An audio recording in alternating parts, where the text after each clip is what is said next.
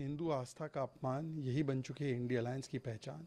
पहले राहुल गांधी को यूथ कांग्रेस के कार्यकर्ताओं ने परशुराम जी के स्वरूप में दिखाया और अब अखिलेश यादव जी के समर्थक, अखिलेश यादव जी के पार्टी वाले, समाजवादी पार्टी वाले जो कृष्ण मंदिर के बारे में कभी कुछ नहीं बोलते, वो स्वयं कृष्ण भगवान के रूप में अखिलेश यादव को दिखा रहे हैं।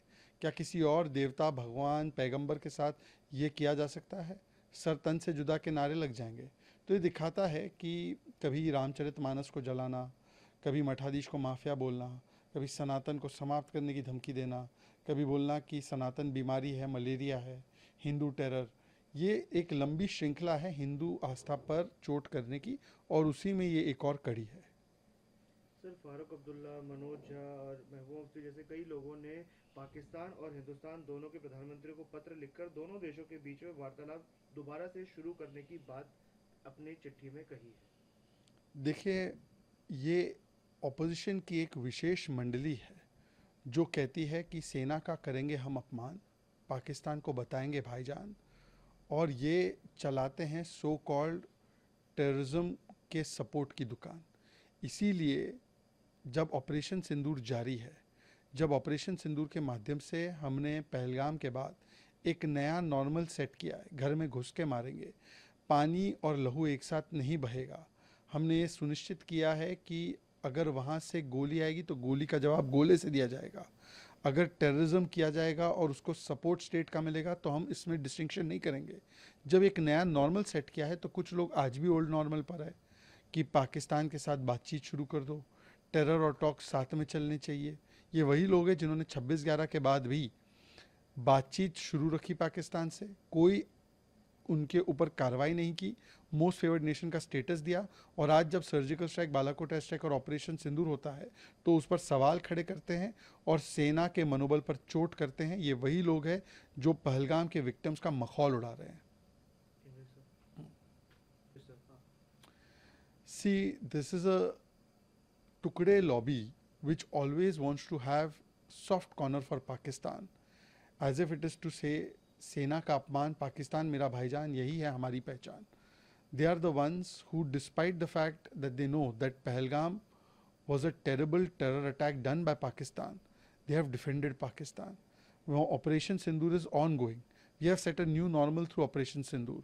We have ensured घर में घुस के मारेंगे. We have ensured water and terror will not flow together. We have ensured that this time there will be no distinction between state and non-state actors of terror. But now those people who want to give most favored nation status to Pakistan after 26/11, those who wanted dialogue with Pakistan after 26/11, did no action with Pakistan after 26/11, are the ones who are advocating for peace talks with a terror state. Did they even think about the victims of Pahalgam even once? Did they think about our martyrs?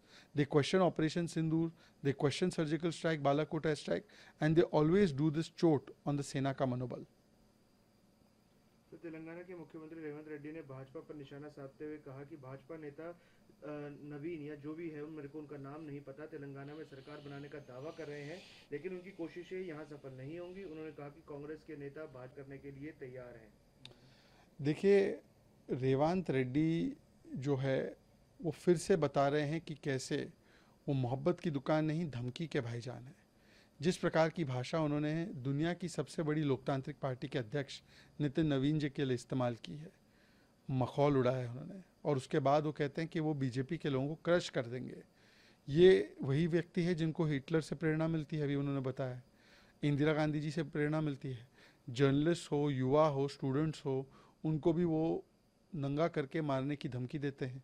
और ये तो केवल एक बात है। दूसरी बात उन्होंने कहा कि ये बंगाल नहीं है, हम ममता बनर्जी की तरह वीक नहीं है। तो एक तरफ तो इंडिया अलायंस में ममता बनर्जी को बुलाते हैं और दूसरी तरफ ममता बनर्जी को ही अपमानित करते हैं। तो ये इंडिया अलायंस में भी कितनी एकता है, ये इसका प्रमाण है। Revant Reddy has shown once again that he is not spreading mohabbat ki dukaan, but he is actually dhamki ke bhaijan, gali galoj ke bhaijan. After using bad words for so many people, after threatening journalists, students, now he's threatening BJP karyakarta and BJP adhyaksh.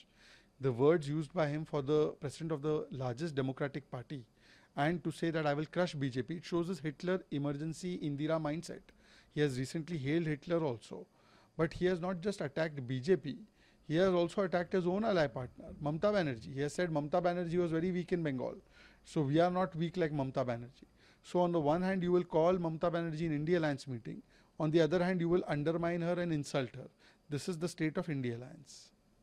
Sir, देश की राजधानी दिल्ली, महाराष्ट्र, झारखंड और मेघालय में मतदाता सूची का विशेष संशोधन यानी एसआईआर शुरू हुआ है सर, लेकिन इंडिया गठबंधन की पार्टियों ने इस प्रक्रिया पर सवाल उठाते हुए भारत के मुख्य न्यायाधीश को पत्र लिखा है। देखिए क्या हिपोक्रेसी है इनकी कि जब एसआईआर वेस्ट बंगाल में होता है और वो चुनाव हारते हैं तो वो एसआईआर को दोषी मानते हैं, और एसआईआर केरलम और तमिलनाडु में होता है जहाँ पर वो चुनाव जीतते तो एसआईआर बढ़िया होता है।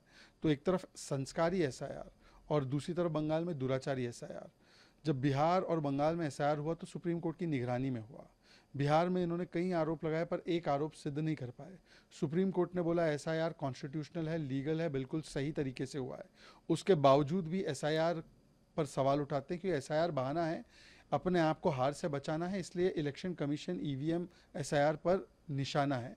जब चुनाव जीतते हैं तब इनके लिए ईवीएम ठीक होता है, एसआईआर ठीक होता है। जब चुनाव हारते हैं तभी एसआईआर को दोष देते हैं।